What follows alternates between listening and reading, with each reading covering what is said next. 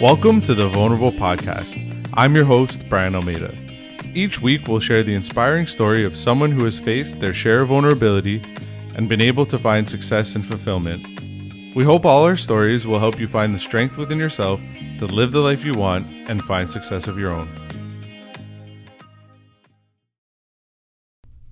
Victoria Pratt said, "In the beginning, people think vulnerability will make you weak, but it does the opposite. It shows you're strong enough to care." This is episode 1 of the Vulnerable Podcast with Dr. Natalia Wiechowski. Growing up, she remembers feeling like she never fit in, always striving to be the best but wondering if she was even heading in the right direction. She went from being a socially awkward child to eventually building the life of her dreams. At 29 and at the peak of her corporate career, but suffering from deep unhappiness, she quit her job and started from scratch. During a 9-month sabbatical, she changed the way she thinks, spoke, and acts. She became committed to designing a purposeful dream life and founded Think Natalia. Her obsession is building likable, trustworthy, thought leadership personal brands on LinkedIn, helping coaches and consultants to turn into the best versions of themselves while making an impact and money. She aims to build a tribe of 1 million doers to change the status quo. Today she speaks globally, is a German living in Dubai. She started as a social scientist, turned into a doctor of philosophy, a LinkedIn marketing unicorn, a Forbes Coaches Council member, a LinkedIn learning author, and the Middle East leading edutainer. Ladies and gentlemen, it's time to get vulnerable with Dr. Natalia Wiechowski. Natalia and I met probably somewhere around 2 years ago. We were introduced to each other from my friend Eric Eklund. And when I first met her, I will admit, I saw her online presence and I was like, wow, this person has it all together, figured it all out, knows exactly who she is. And, that's where I want to be. And it wasn't until probably about a year or so after we got connected online that I had my first call with her and realized there was a little more to the story than what I had assumed. So, again, Natalia, thank you for coming on. Thank you for being the first guest. And I appreciate your time. Thank you so much for having me over, Brian. I'm really looking forward to our conversation. And no, nobody ever out there got everything sorted out and has everything together. But I'm sure we're going to talk about that in a second. No, for sure. So the first question I like to ask any of my guests, while you being the first one, I guess you're going to be the first person I ask this, but the first question I wanted to ask is, what's your definition of vulnerability? Oh, that's a good one. I think in the end, it's being in a state of mind or in a situation where you could be potentially attacked maybe or hurt. So you open yourself up from the inside, coming from a good place in order to hopefully help others. But some people could take advantage of that. That's how I look at it. No, that's a great definition. And I have to agree. I think it's definitely a place where you probably feel the most pain, whether that's physically, emotionally, or whatever it might be, or however you might define it. But it's definitely, I think, where you're going to be, where you have to sort of look inside and find that inner strength and get out there. The little bit that I know about, again, your story, and obviously I hope you'll get into it a little bit more. It seems like starting from a very young age, you definitely started to face a few struggles. I mean, one of the stories that you've shared with me was, with your mother being an Olympic athlete, it sort of put a lot of pressure on you growing up. But if you wouldn't mind just sharing a little bit more about that and sort of, I guess, getting into what that taught you at a young age and what you learned from that. Sure. So my parents are both from Poland, and in the early 80s, they decided to leave Poland and to live in Germany. And until kindergarten, I have been raised in a Polish way. So I spoke Polish. I was introduced to the Polish way of thinking and doing things. So let's call it Polish culture. And then in kindergarten, I got confronted with the German language and the German culture. And this is when I realized for the first time, human beings are somewhat different. And apparently it's also important on where you come from. I don't know, I don't understand it, but somehow I realized that I'm different than many of the other kids out there. And as you mentioned, yes, my mom used to be a competitive athlete, and she raised me in a way that she taught me that if I really want to achieve something, I have to go out there and I have to test and learn and improve and fall down and then stand up again and get things done. And there is, I mean, failure means giving up. So if you want to succeed, stop, expressing lame excuses or blaming others. Just go out there and do it. So from a very young age, I really became very competitive and a person who wanted to be the best and to show other people. And I mean, I ended up in the end as a competitive athlete as well, as a dancer. So I was dancing for over 10 years. I was dancing German championships, European championships, world championships, as a soloist in a group, in a formation, and did that during my studies. And after my studies, I realized that I definitely need to go out there and explore the world, because I'm not sure what it actually means. And I don't know, everybody says you need international experience. So I left Germany with the intent of being there for 3.5 years and move forward. Now we have 2019. So now I'm here since 11 years, went through various jobs, worked for the government, worked for the private economy, realized nothing of that is for me, went through a massive spiritual awakening / depression in which I figured out who I truly am. But more about that in a second. Yeah, no, for sure. And that's all, like, I mean, again, it just shows that, nobody's path is sort of straight. Nobody's path is exactly how they expect it to be. When you talked about sort of when you were young in kindergarten and you really started feeling different, like you weren't like everybody else. I wanted to sort of get an idea of, what was it that competitive mindset, or was it the way that you were brought up that you think helped you overcome that feeling different, or was it something else? Yeah, I think I'm a very positive, curious spirit, if I want to call it that way. So I always gave my best to see the good in things. And if I didn't understand something, then I addressed it. And when I had a problem, then I talked to my mom and she explained it to me. And in the end, I I never took things that personally as a kid. So I didn't cry much. As my mom said, it didn't work out, try something else. This person doesn't want to be your friend, find another friend. And she was very solution oriented. And I was a kid that always did a lot of sports and always was busy with exploring and learning new things. So I was reading a lot of books, and we always did some family activities together. So I didn't, I was never a person as a kid who sat down and just, stayed in my head and cried. It was just about going out there and exploring things. And well, if it doesn't work, well, go for another approach. So what? So it sounds like, I guess some of what you're saying there is that what helped you overcome it was family and knowledge, like gaining new knowledge and different things, because you had mentioned reading was definitely one of the important parts of that. Yeah, absolutely. I mean, since I can think, I am obsessed with books and with understanding why. I mean, I turned my mother nuts with always digging deeper and getting to the core of something. I think that's also the reason why in the end I studied social science and became a doctor of philosophy, because I need to know why, until I realized at a certain stage after learning more about Buddhism that maybe we do not need to understand all of the why, and that staying in the now and learning to accept and to forgive and forget and surrendering, that this is the art of living.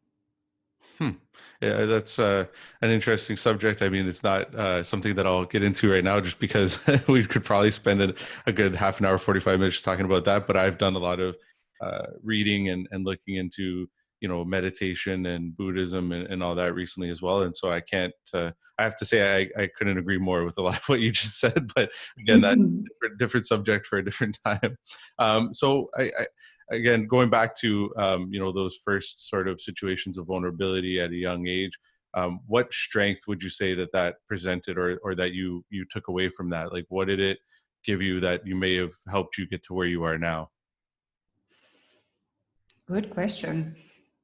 I think one of the core things that I learned is faith in, or the belief in growth, or in the process, or that there's a better tomorrow, that nothing is somewhat permanent. I mean, it just somehow continues. And yes, you might get hurt, but yeah, I mean, if you don't take it personally, and if you look at other aspects and the lessons learned, then you just continue from that. I think that's some of the core lessons learned, and some of the strength to continue and to believe no matter what is out there. I mean, maybe even hope. Yeah. No, and that's something, when I guess I don't know how to put this, but when I was out there a bit more last year, when I was speaking with people, when I was meeting people, a lot of times I would say to them, I said, everybody seems to want everybody to believe in them, and they're looking for, they're putting themselves out there and hoping that they can get everybody to support and believe in them. And I was always try and say to people, the only person that really matters in believing in you is yourself. If you don't even believe in yourself, then everybody else really won't matter. It's got to be your belief in yourself that starts it. And then as you go on and you gain more confidence and you put yourself out there, you'll definitely find those people that believe in you and support you. But without that self-belief, which you just mentioned, that's where it all really starts. So that's a really strong point there, definitely. So the next question I wanted to ask is basically, how many times in your life would you say that you faced like real struggle or vulnerability, that you can remember? I mean, for me, my teenage years were really tough, because I guess I was a typical teenager looking into the mirror and saying, "Oh, I don't like the fact that my breast isn't big enough, and that I have moles in my face, and my hair is uncool, and I get pimples, and will anybody ever fall in love with me?" I mean, I was really struggling, because I was a really uncool kid during my teenage years, because again, I was focusing on books, I was focusing on sports, I was focusing on being a good human being, because that's how my mom raised me, while a lot of these other kids, they were more like, "Hey, yo, let's go and drink, let's have a party. I have a girlfriend. Ooh, I have a boyfriend." It's like, I don't do this, and I don't want to do this, because I just don't feel it. And so, yeah, luckily I was strong enough to not melt down on this peer pressure. But the price that I had to pay was definitely that I'm the, how do you call it, teacher's pet, or the uncool one, the one without the tattoo, without the belly piercing, because that was so in back then. And I definitely suffered from that, but I gave my best to not show it, and to build my dream life and my fantasy, or the idea of how I want to be when I will be in my 30s. So I had a very strong picture of how I will be, and how successful, and how liked, and how amazing I will be when I will be 30. And I was like, "Now you think you're uncool, but I'm going to show you one day, and everybody's going to see it all over the world." And I'm like, "No, now I'm 34. I think I got there." Yeah, so I think that was one point, or one specific story. Another specific story was definitely my my sabbatical, the sabbatical that I took 2014, where I quit my job, where I said no to my career, and where I literally unlearned everything in my life, from the way how I speak, think, eat, network, consume, the way how I live my life, the way how I work, everything. And it was very, very painful, because I felt as if I fell down the rabbit hole, and I had to listen to a lot of critical questions and comments of, "You're losing your mind, you're crazy, you want too much, why are you doing this?" That's all just woohoo, that's some spiritual hippie shit and all that. So yeah, I think this was another era where I definitely went all out there, and felt a little bit as if I took my right hand and I just grabbed my heart and I tore it out of my chest, and I showed it to the world. It's like, "I don't care, I'm going to fix it." Yeah. That's, I mean, that's extremely powerful. I remember reading over your bio yesterday, which I admit I should have probably read a little sooner, because I really found that part interesting, where you had said that, the journey that you went through on that sabbatical, like getting in touch with yourself more spiritually, and that journey that you went through, it was pretty interesting. And the reason I say I wish I'd have read it sooner is because maybe I would have recognized that that was something I needed to do, because I only started doing that over the last 6 months or so. And really, I'd want to say thank you for sharing all that, because again, this whole podcast, the whole idea behind the Vulnerable podcast is to share these stories and let people know that, you're not alone. Is there, because I'm sure that, there's quite a few people out there that have gone through similar or the exact same struggles as you in their teenage years, in their later years, myself included. So I want to say thank you for sharing that. I really appreciate that. Um, and so, I mean, I think we already sort of got the information from those stories and what you shared there, but just to touch on it a bit more, how would you say, like, going through all that, and how would you say that helped you to get to where you are now? Is this, you're a successful coach, or as you call it, an edutainer? How would you say, like, all those sort of things that you went through your teenage years, your childhood years, even your adult years, how would you say they helped you in your career and finding that success and finding that fulfillment in life? I really believe in that sentence, what doesn't kill you makes you stronger. Now, that does not mean that you just stand somewhere and beg for other people to throw nasty stuff at you, but it means that along the way you learn that you need to toughen up, and you cannot take things personally. Or there's this author, what's his name, Mark Manson, I think. He wrote the book The Subtle Art of Not Giving a Fuck, and Yeah. this is a quote. So he says, and I quote once again, uh, you cannot give a fuck about everything. There's only a specific amount of fucks that you can give a fuck about. And I was laughing a lot when he said that, but I think it's so brilliantly said, because if you care about everything, and if you take everything personally, and if you're trying to be everybody's darling, guess who's going to suffer the most? You. So don't play the poor me victim that was hurtful. Why did that person say that? Or why didn't I I get that? I mean, do that for a second if you're really interested in learning out of it, but then forgive, forget, and move on. And yeah, I mean, that will not only make you stronger, that will also allow you to move on faster in the near future. I know that in the past, when I had a little bit of a hiccup, or I got hurt, or something didn't work out, I maybe needed a week to recover. Well, then I needed 3 days, then I needed a day. And now I sometimes need 3 minutes or 2 seconds, and it's gone, because I realized this is so not important in perspective to the bigger goal that I have. Like, if I stop and get upset about that now, that's precious time I could have used to help somebody else, or to work on something that really matters. And that thing that got hurt most probably was my pride or my ego anyway. No, that's again, this is for a first episode, I have to say, I think this is definitely going to help a lot of people, because these are really valuable points. I don't know if you've read the book The Untethered Soul, but I Yes. just finished reading it recently, and a lot of what you were saying there, I feel like relates to that book, in the sense that the one piece of knowledge that I took from that book is that you have to be very, very careful at what you put your energy towards, or who you spend your energy on, because we only have a limited amount of it. So similar to the points that you just made, if you're wasting it on, thinking, negative thoughts that in your head, or if you're wasting it on, people that are just sort of always wanting to take and never give, you can run out of that energy, or you can deplete it a lot quicker, and then that's going to affect so many other areas of your life. So I couldn't Mm. agree more. Again, I haven't read the book by Mark Manson, but I know my wife did, and I know she enjoyed it quite a bit. And I have it Mm. here, so maybe I'll pick it up one day. But I sort of made that correlation between the two. Mm. Yep, absolutely. Great books, both of them, absolutely readable.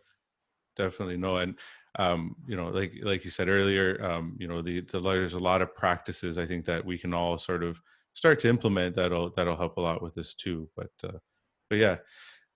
So I guess the one of the last questions that I have, and then we can talk about more of where you're at now and everything like that. But would you say that you found success and fulfillment in life, or would you say you're still on a journey towards it? I found both of it because I had the courage to figure out what it means to me. And I also had the strength to accept that the answer is not what my ego or the pride version of me wants.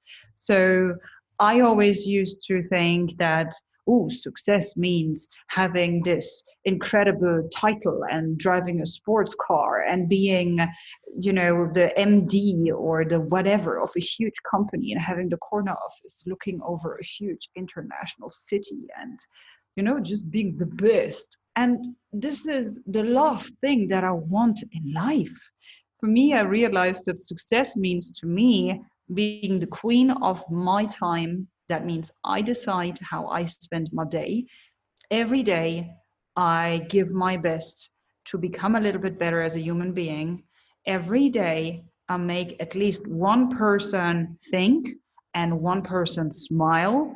And every day, I have the opportunity to read, to learn something new, to spend time with those people who are in a similar mindset. And through that, make the society or our world a little bit better. And I do it my way, not in a way how other people expect me to do. Because very often we have a certain perception of how we need to give back or how we have to help people. No, find your own version of it. Figure out how you define success and happiness, how you would like to work, with whom you would like to work, and then do more of that. Because if you do this, then you're going to vibrate on a higher level. You're going to be like, you're going to look younger. You're going to be healthy. I mean, the way how you radiate will bring totally different people and opportunities in your life. That's what I truly believe. And I know it might sound a little bit crying out there, but it works for me. And I can't, again, something that I've heard recently, and it's just it's amazing to me how this conversation, certain things keep coming up, and I'm hearing a lot of the same things that I've heard on other podcasts that I've listened to or other books that I read. But one point that you made there about the people that you're connecting with, the point that I constantly hear coming up recently is the 5 people or so that you surround yourself with are what you equal, essentially. So the people that you surround yourself with are what you're going to come out to be, basically. And so I think it's a very important point there, to be careful, or not necessarily be careful, I guess, but just to know that, if you surround yourself with people that are, highly driven and, successful in the definition that you find successful, and, people that are going to drive you to be a better person, there's a high likelihood that you're going to become a better person. If you hang out with people on the opposite end of that, then you're probably going to go down the same path that you're currently on, or worse. So I couldn't agree more with that. So like what your life now, again, for those of that don't maybe know you, which I mean, in my sort of circle of people, I'm sure that's not very many, but hopefully there'll be people listening to this that might not. Why don't you just give us a little idea of where your life's at now, and why you enjoy it so much? Sure. So I have coached people one-on-one in personal branding over the last 4 years. And I really enjoyed that, but I reached a stage in which I realized I'm not making the social impact that I could create. And I'm working so much, and that's not the lifestyle that I want. So I had the courage to ask for an external consultant or ask for help. And the person that I'm working with today, he helped me transition my business from one-on-one coaching. So now I created new time for other things in my life that I didn't do for a very long time, that I neglected. So now I can help more people. I have this amazing group of individuals from all over the world who work on their personal brand to not only make more money and get more clients, but also to help other people and to build their dream life. So I'm in contact with them every day. and together we support each other. This is like my dream network of people. So yeah, my clients also are somewhat of friends or family in some weird way. So that's what gives me a lot of positive energy and happiness. With the newly gained time, I make sure that every day I read something new. I have the time to exercise, to work out, and to cook. I love cooking. I'm a ridiculous foodie. So if you have a look on Instagram, you know, every third Instagram story is like, oh, look at this. How delicious is that? Oh my God, I'm drooling.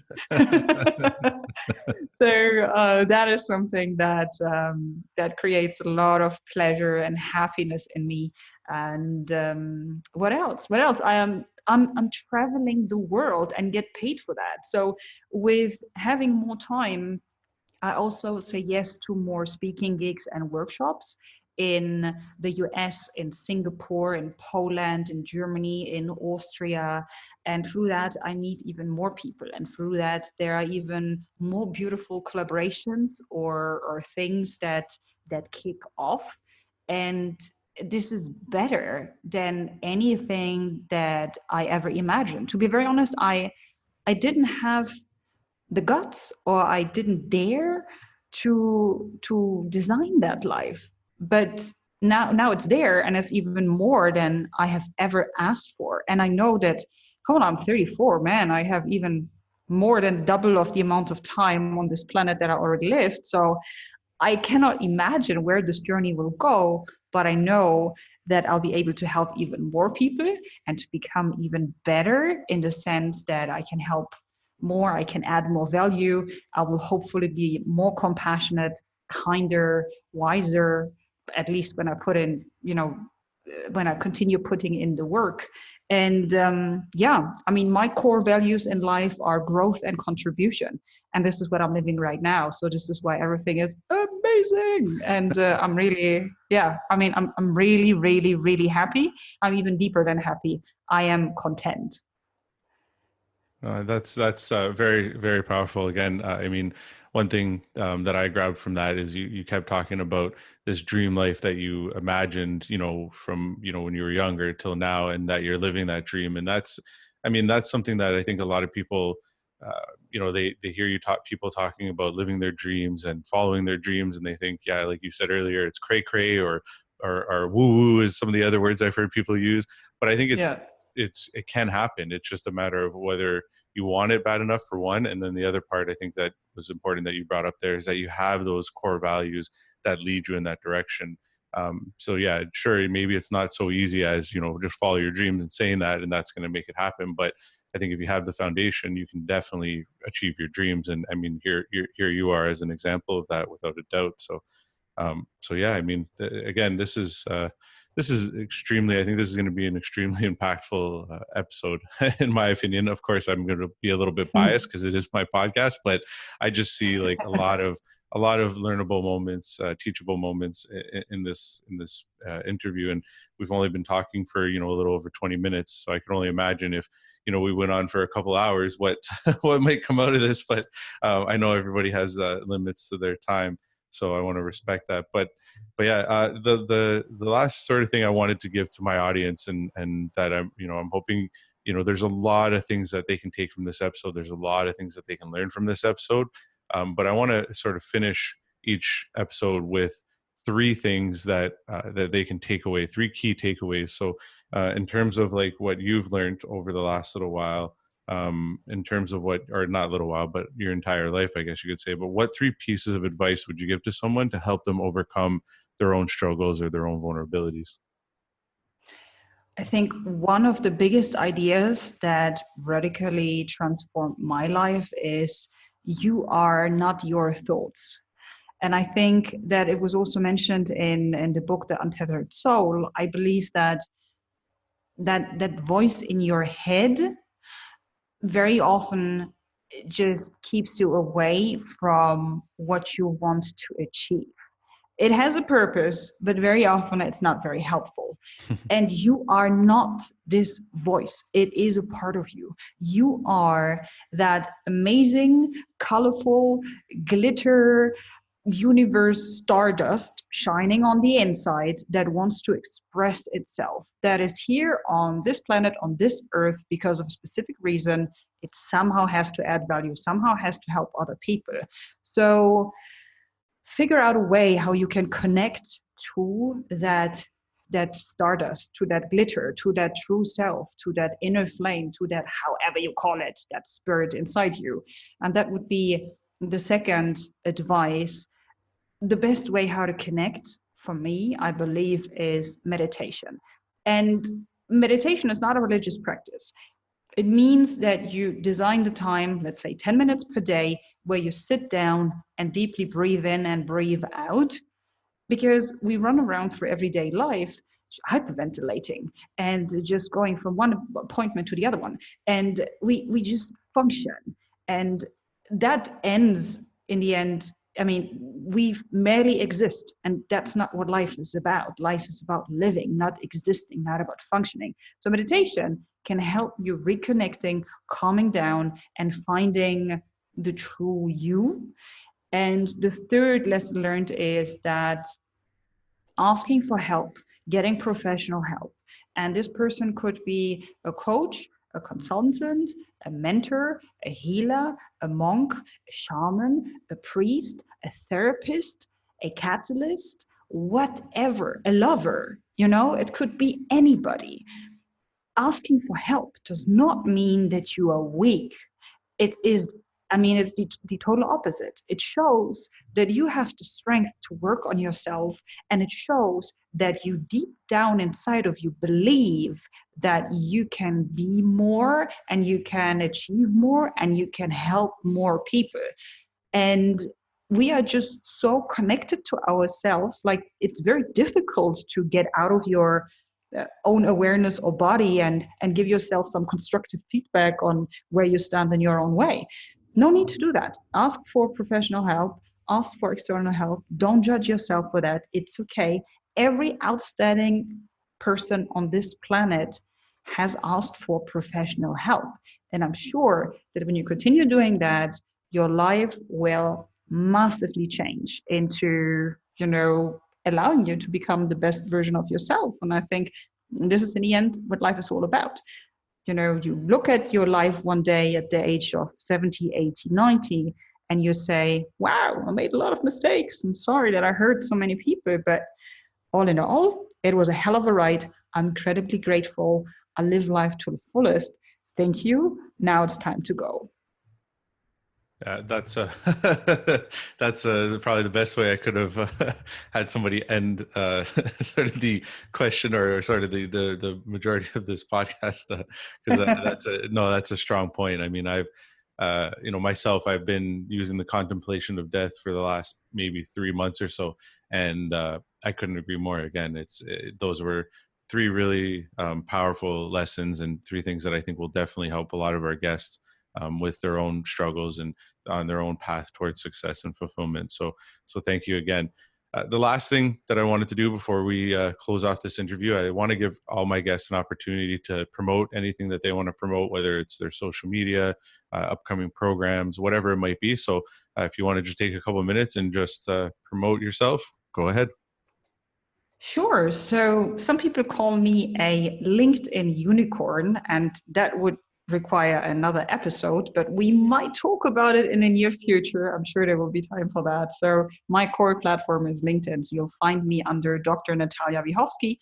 Feel free to follow me, engage with my LinkedIn live sessions, ask me any questions. If you would like to learn more about personal branding and content strategy, how to become the best version of yourself while helping the biggest amount of people and designing your dream life through personal branding, then I'm your go-to woman on this platform. If you want to have a little bit of an insight into my journey and my everyday life, then follow me on Instagram. You'll find me with, my handle is @thinknatalia.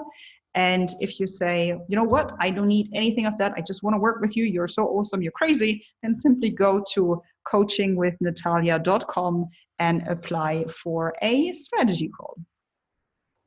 Awesome. And I'll make sure to definitely link some of that up in the show notes so that people can find you. I mean, I'm connected with you on both of those platforms, Instagram and LinkedIn. LinkedIn's where we sort of first connected. And I can't say enough about sort of what you've done to inspire me to sort of head down this direction of figuring out who I am and what I want to be and where I want to be in life. And so I appreciate you for that. I appreciate sort of the friendship that we've been able to have over the last couple of years. And again, I know I've probably mentioned it about 4 different times, but I'm really appreciative of the fact that, you decided to come on and be my first guest. So thank you again. And like you said, we'll probably have to do a second episode at some point, but thank you for this one. And thank you for all the great insights and information that you gave to our listeners. Thanks a lot, Brian. It was my pleasure. I had a wonderful time, and I deeply hope that our words and our conversation will help more than a handful of individuals to face their challenges, to push through their struggles, because in the end, we're all human. Wow. Great way to end. Thank you again.